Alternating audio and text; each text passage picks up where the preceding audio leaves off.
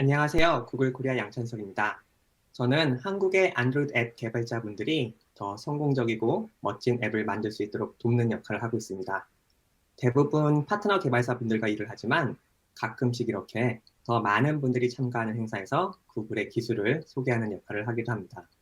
오늘은 함께하면 더 좋은 안드로이드 패밀리를 소개합니다. 라는 제목으로 이번 구글 I/O의 행사 내용 중 이와 관련된 부분을 간략히 정리해 빠르게 소개해 드리려고 합니다. 본격적인 세션 시작에 앞서 오늘도 가로 세로 퀴즈 이벤트가 준비되어 있습니다. 오늘 제가 설명드린 내용 중에 정답이 숨어 있겠죠? 살짝 팁을 드리자면 정답은 모두 영어 단어입니다. 너무 뻔한 팁이었나요? 오늘 주제인 함께하면 더 좋은 안드로이드 패밀리, 즉 확장된 에코시스템에 집중하여 시청하시면 정답을 쉽게 맞추실 수 있을 거라 생각합니다. 이틀째에 집중하여 참석하시느라 힘드실 여러분을 위해 든든한 간식, 버거킹 몬스터 와퍼 세트 기프티콘을 정답자 선착순 100분께 보내드릴 예정이니 정확하고 빠른 정답 제출 기대하겠습니다. 그럼 본격적으로 제 세션을 시작하겠습니다.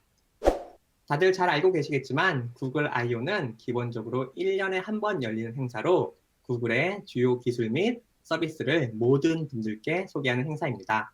구글의 비전을 공유하는 키노트로 시작하여 각 제품별로 다양한 세션이나 활동들이 이루어집니다.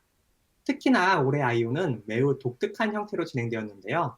모든 이벤트가 온라인으로 진행되면서 모든 분들이 참석할 수 있었고, 키노트와 같은 몇몇 주요 세션들은 생중계로 진행되어 나름의 현장감을 느낄 수 있었습니다. 저도 밤새 키노트를 생중계로 봤는데 확실히 녹화된 동영상과는 다른 묘한 매력이 있었습니다. 여기에 추가로 각각의 기술 세션이 사전 녹화되어 시기에 맞춰 공개되고 가상의 I/O 무대를 탐험할 수 있는 I/O 어드벤처라는 재밌는 서비스도 함께 공개되었습니다. I/O는 5월 20일 마무리되었지만 아직 I/O 사이트가 운영되고 있습니다. I/O 사이트에 들어가 보시면 올해 구글 I/O에 관한 요약 및 주요 콘텐츠를 모두 살펴보실 수 있습니다. 특히나 대부분의 안드로이드 관련 기술 세션들은 한글 자막이 함께 제공되고 있습니다. 아직 I/O 사이트에 방문하신 적이 없다면 꼭 한번 방문해 보시면 좋을 것 같습니다. I/O에서 빼먹지 않고 다뤄진 주제 중 하나가 바로 안드로이드입니다. 이번 I/O에서도 안드로이드 12 버전을 비롯하여 새로운 내용이 많이 소개되었습니다. 그 중에서도 오늘은 안드로이드 기반의 다양한 기기들, 이른바 안드로이드 패밀리에 관한 내용을 살펴보려고 합니다. 스마트폰을 넘어선 안드로이드 생태계에 관한 내용은 이번 I/O의 중요한 화두 중 하나였습니다. 전체 키노트에서 안드로이드 12 관련된 주요 업데이트를 소개할 때 Better Together라는 부제로 이와 관련된 내용이 다루어졌고요. 개발자 키노트 중에서도 Building Across Screens라는 내용으로 다양한 기기에서 동작하는 앱을 만드는 방법이 소개되었습니다. 이 외에도 새로운 Material U 디자인 가이드라인에서도 다양한 화면 크기의 대응에 관한 가이드라인이 추가되었고 멀티 스크린 대응에 관한 여러 세션도 함께 소개되었습니다. 자, 그런데 다양한 안드로이드 기기, 안드로이드 패밀리라고 한다면 정확히 어떤 폼팩터가 속해 있을까요? 이번 I/O에서 안드로이드 프로덕트 매니저 부사장인 사미어가 현재 30억 대 이상의 기기에서 안드로이드가 사용되고 있다고 발표하며 사용한 이 슬라이드에 정답이 숨어 있습니다. 보시면 아시겠지만 길쭉한 휴대폰과 반쯤 접힌 폴더블, 태블릿 디바이스의 형태가 보이고 그 외에 추가로 시계와 자동차, TV의 모습도 확인하실 수 있습니다. 결국 이번 I/O에서 구글이 강조한 안드로이드 폼팩터라고 한다면 태블릿, 폴더블 디바이스와 웨어 OS 기반의 웨어러블 디바이스, 안드로이드 오토 및 안드로이드 TV를 이야기합니다. 여기에 Better Together라는 큰 슬로건을 안드로이드 개발자 입장에서 풀어보자면 이런 다양한 폼팩터에서 여러분의 앱과 서비스가 보다 나은 경험을 제공할 수 있도록 구글과 여러분이 함께 노력하자라는 뜻으로 이해하시면 좋을 것 같습니다. 그럼 다음으로 각각의 폼팩터에 대해 구글 I/O에서는 어떤 이야기가 나왔는지 조금 더 자세히 살펴보도록 하겠습니다. 먼저 폴더블, 태블릿 디바이스 지원에 관한 내용입니다. 우선 I/O에서 라지 스크린이라는 용어가 여러 번 등장했는데요. 라지 스크린, 이른바 대화면 디바이스가 정확히 어떤 디바이스인지 한번 생각해 보도록 하겠습니다. 기본적으로 모바일 기기의 크기는 2000년대 초반까지 계속 줄어들다가 스마트폰 등장 이후 다시 꾸준히 증가해 왔습니다. 다만 이제는 일반인의 손 크기를 생각할 때 더 이상 커지면 부담스러워지는 한계에 도달했고, 이를 극복하기 위해 폴더블이나 롤러블 같은 새로운 형태의 디스플레이가 소개되고 있습니다. 이런 추세는 한동안 계속될 것으로 예측되고 있는데요. 따라서 라지 스크린이라고 한다면 한 손으로 잡고 쓰기에는 힘든, 그래서 두 손을 모두 사용해 디바이스를 잡거나 아니면 책상에 내려두고 사용해야 하는 디바이스라고 생각하실 수 있겠습니다. 조금 더 구체적으로 살펴보자면 업데이트된 머티리얼 가이드라인에 따르면 기본적으로 화면의 최소 길이가 600dp가 넘어가는 경우 작은 태블릿, 다시 말해 대화면 기기로 분류하고 있습니다. 예를 들어 삼성의 갤럭시 폴드 2의 경우 사용자가 태블릿 모드로 기기를 설정하면 화면의 최소 너비가 600dp를 넘어가게 되므로 라지 스크린 기기에 포함될 수 있다라고 생각하시면 좋을 듯 하네요. 라지 스크린 대응이 중요한 이유는 아주 단순합니다. 최근 몇 년간을 살펴보면 전체적인 스마트폰 판매량은 감소 추세지만 라지 스크린 판매는 꾸준히 증가하고 있습니다. 특히나 안드로이드 태블릿과 폴더블 디바이스의 성장세가 두드러지고 있는데요. 이러한 추세는 한동안 계속될 것으로 예상되고 있습니다. 두 디바이스 모두 사용자가 기존 폰과는 다르게 새로운 사용자 경험을 원하기 때문에 이를 위한 지원이 갈수록 중요해지고 있습니다. 다만 아직 앱 차원에서의 라지 스크린 지원에는 솔직히 미흡한 점이 많이 있습니다. 많은 사용자들이 안드로이드 태블릿은 단순히 화면이 큰 폰이라고 여기는 경우도 종종 있고요. 아직까지 가로 모드나 기본적인 키보드 입력 등을 지원하지 않는 앱도 많이 있습니다. 하지만 앞서 살펴본 것처럼 시간이 지날수록 라지 스크린 대응에 대한 사용자의 요구가 커질 것으로 예상됩니다. 따라서 라지 스크린 대응을 마냥 뒤로 미룰 수는 없을 듯하네요. 자, 그럼 실제로 라지 스크린 대응을 위해서는 어떤 일이 필요할까요? 이번 I/O에서 라지 스크린 대응을 위한 일은 크게 세 종류로 나누어 소개되었습니다. 첫 번째로 라지 스크린을 위한 최적의 디자인이 필요합니다. 두 번째로 새로운 사용자 요구사항을 반영하기 위해 멀티태스킹 환경을 잘 지원해야 합니다. 마지막으로 키보드, 마우스 등 다양한 입력 모드를 지원할 수 있어야 합니다. 물론 이 세 가지 항목이 모든 앱에 동일하게 적용되는 것은 아닙니다. 앱의 성격에 따라 특정 작업이 다른 작업보다 더 중요할 수 있습니다. 예를 들어 구글 닥스나 메일과 같은 생산성 앱에서는 입력 모드나 멀티태스킹 지원이 매우 중요할 수 있습니다. 반면에 주로 동영상 시청을 위한 앱이라면 라지 스크린 최적화된 화면 설계를 하는 것이 더 중요할 수 있겠습니다. 이 세 가지 항목을 조금 더 들여다보자면 아무래도 멀티태스킹 지원을 위한 작업이나 새로운 입력 모드 지원 등은 비교적 직관적으로 수정하거나 구현할 수 있는 부분이 많이 있습니다. 다만 다른 두 가지와 다르게 라지 스크린을 위한 화면 설계 작업은 개발자뿐만 아니라 기획이나 디자인 등 여러 팀들 간의 협업이 필요하고 지속적인 개선과 개발이 필요한 문제에 가깝습니다. 저희도 여러 파트너분들과 일하면서 이 부분에 대한 피드백을 많이 받았고요. 실제로 이번 I/O에서도 이런 일들을 하실 때 참고하실 수 있도록 다양한 사례 및 디자인 가이드라인을 계속 준비해 발표해 왔습니다. 그중 이번 I/O에 공개된 자료들을 좀 살펴보자면요. 우선 머티리얼 디자인 블로그에 가보시면 Introducing Material Design Guideline for Large Screen이라는 제목으로 머티리얼 가이드라인에 새롭게 추가된 부분을 소개하는 블로그 포스트가 올라와 있습니다. 거기에 폴더블 디바이스 대응 모범 사례로 디즈니 플러스 앱과 듀오 앱의 사례가 소개되었습니다. 이 부분도 한번 확인해 보시면 어떤 방법으로 폴더블 기기를 활용할 수 있는지 아이디어를 얻으실 수 있을 것 같습니다. 추가로 얼마 전 티빙 앱이 최근 가로 모드를 지원하도록 업데이트되며 어떤 부분이 변경되었는지 내용을 공개하셨는데 이 부분도 한번 참고해 보시면 재밌을 것 같습니다. 또한 개발자 여러분들이 여러분의 앱이 라지 스크린을 얼마나 잘 지원하고 있는지 보다 객관적인 지표로 확인하실 수 있도록 안드로이드 개발자 사이트에 라지 스크린 앱 품질 기준도 함께 공개되었습니다. 라지 스크린 지원 단계는 베이직, 베터, 베스트 세 단계로 나누어져 있는데 각각의 기준에 대한 상세한 요구사항이 정리되어 있으니 이쪽도 한번 참고해 보시면 좋을 것 같습니다. 자, 여기까지 라지 스크린에 대한 이야기였고요. 다음으론 이번 I/O에서 개인적으로 가장 깜짝 놀랄 만한 소식이었던 웨어러블 디바이스 관한 내용을 살펴보겠습니다.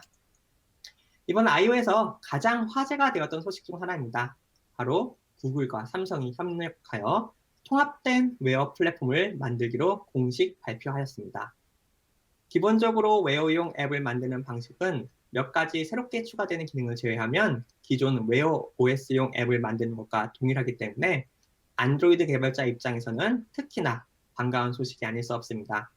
한국 개발자에게는 더욱 중요한 변화가 될 거라고 생각하는데요.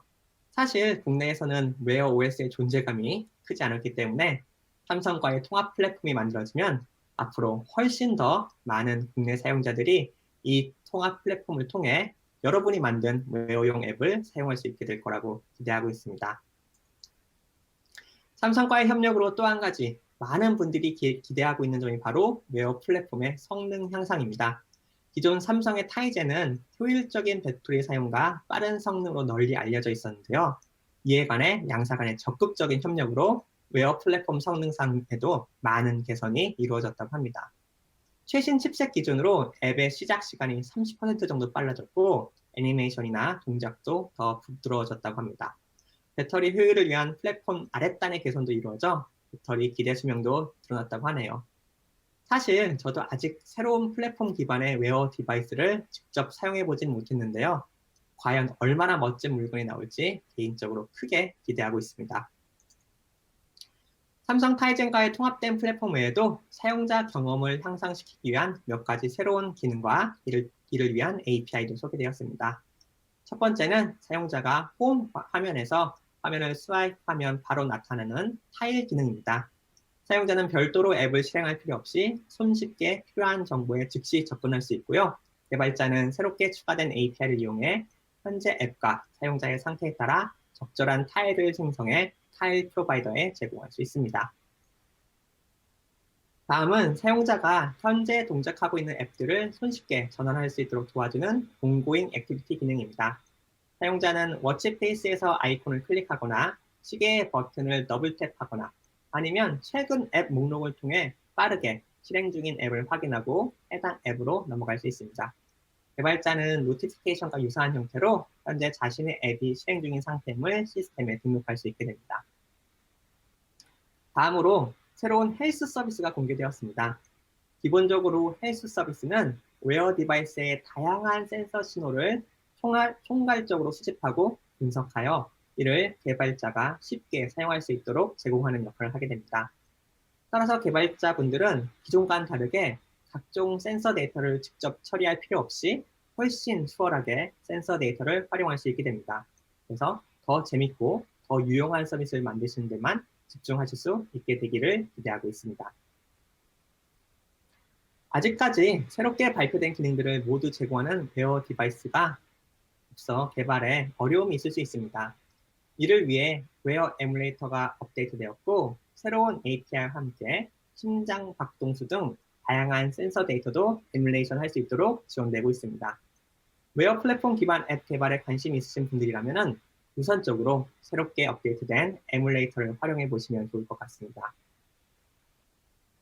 삼성과의 협력을 통해 하드웨어 성능이 더 좋아지고 효율적으로 변하고 새로운 API를 통해 더 편리한 사용자 경험을 제공할 수 있지만 전체 생태계를 생각하면 이것만으로는 충분하지 않을 수 있습니다.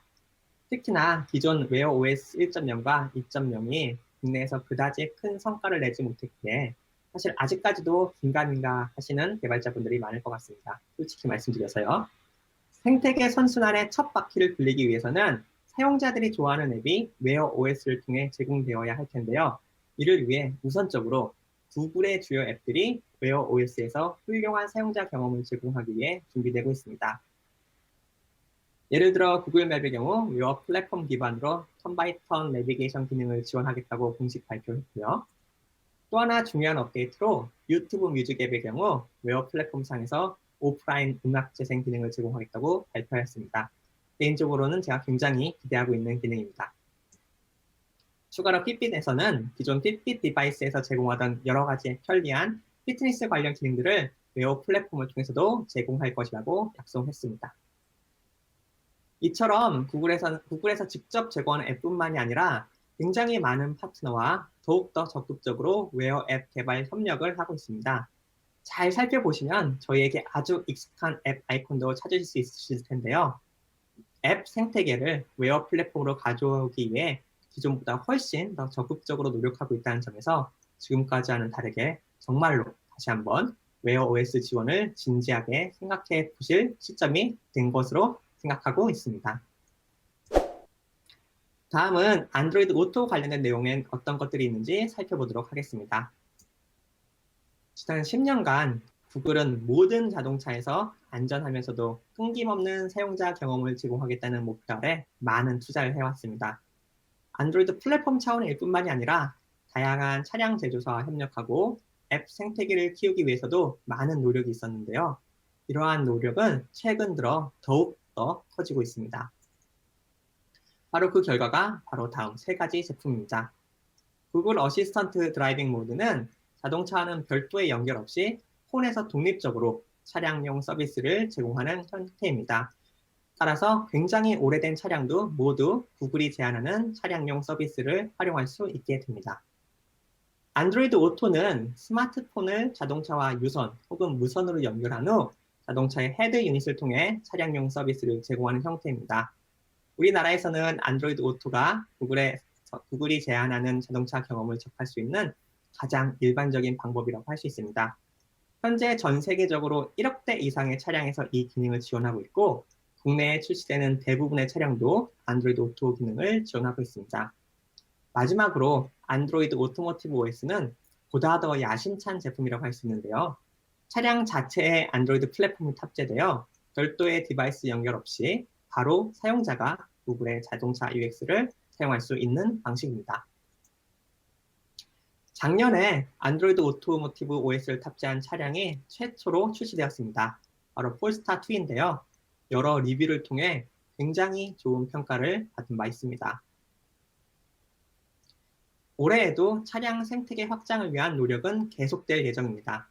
현재 안드로이드 오토모티브 OS는 폴스타뿐만 아니라 볼보, 닛산, 포드, GM, 르노 등 더 많은 차량 제조사와 협력하고 있으며 앞으로 안드로이드 오토모티브 OS를 탑재한 차량이 점점 더 많은 나라에서 점점 더 많이 출시될 예정입니다.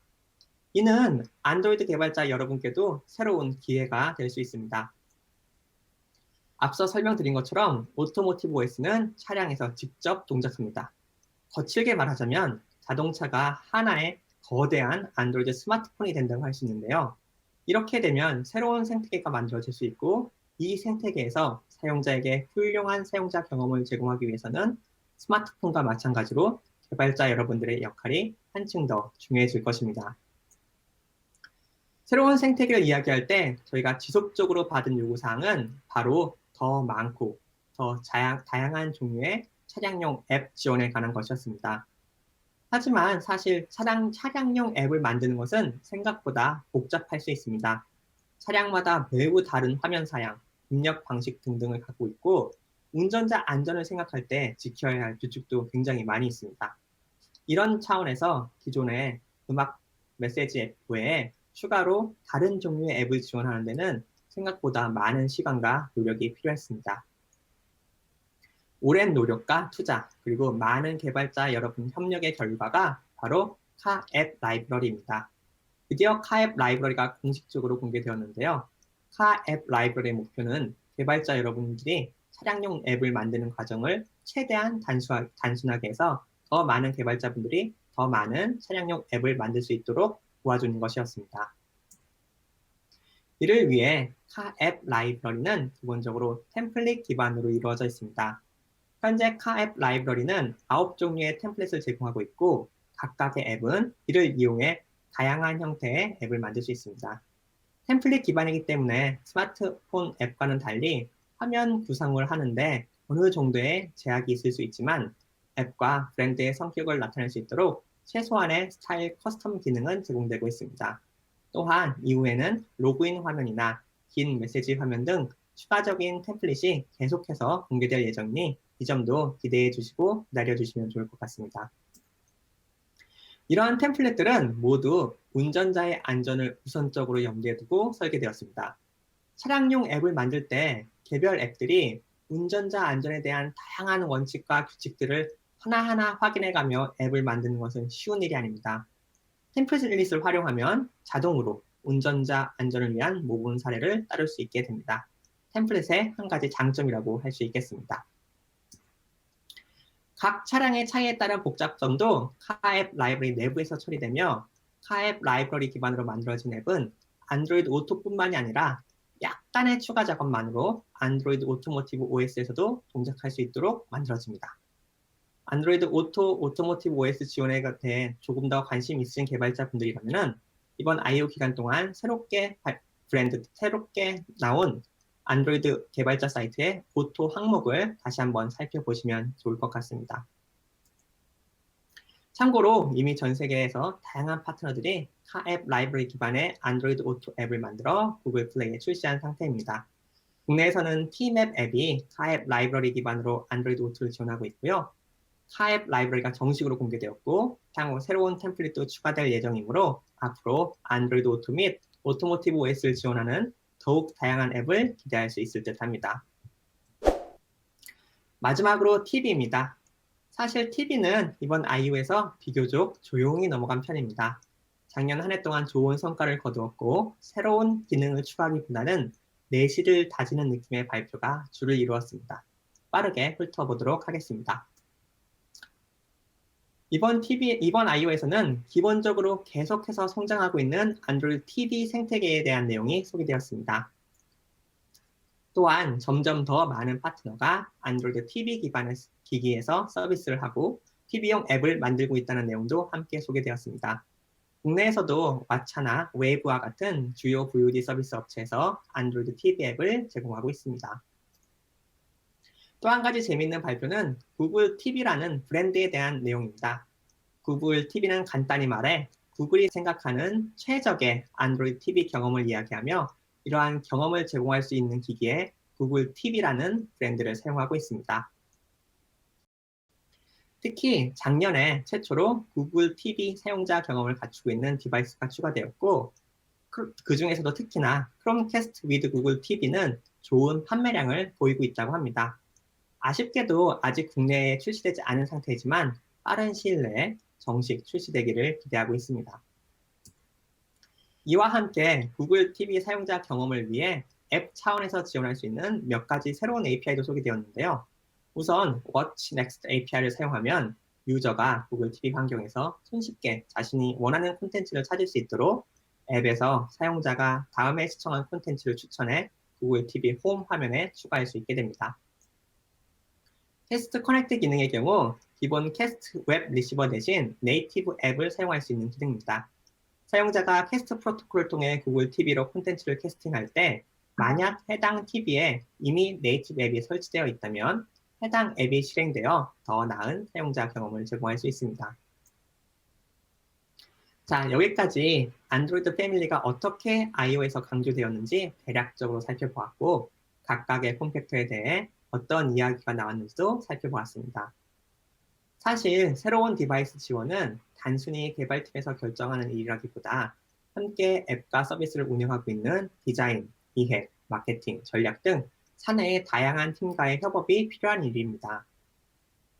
이번 I.O.에서는 특히 폴더블, 태블릿 등 라지 스크린 대응과 웨어 OS 대응에 관해 다양한 방법으로 여러분들을 설득하려고 구글에서 많은 노력을 기울였는데요. 개인적으로 인상 깊게 보셨는지 궁금합니다. 한 가지 제가 확실히 느낀 점은 구글이 삼성 등 주요 제조사와 적극적으로 협력하고 있고 구글의 주요 서비스들을 가장 먼저 새로운 디바이스에 적용하고 있는 등 이전과는 확실히 차별되는 모습을 보이고 있다는 점입니다. 거기에 더해 점점 더 많은 사용자들이 웨어러블 디바이스나 라지 스크린 디바이스를 구매하고 사용하고 있는 시장 상황을 볼 때 이번에는 정말로 여러분의 앱과 서비스의 성격에 따라 추가적인 폼팩터 지원을 진지하게 생각해 보시고 이러한 내용을 개발팀 내부에서뿐만이 아니라 다른 분들과도 함께 논의해 보시면 좋을 것 같습니다. 그럼 이상으로 제 세션 발표를 마치겠습니다. 감사합니다.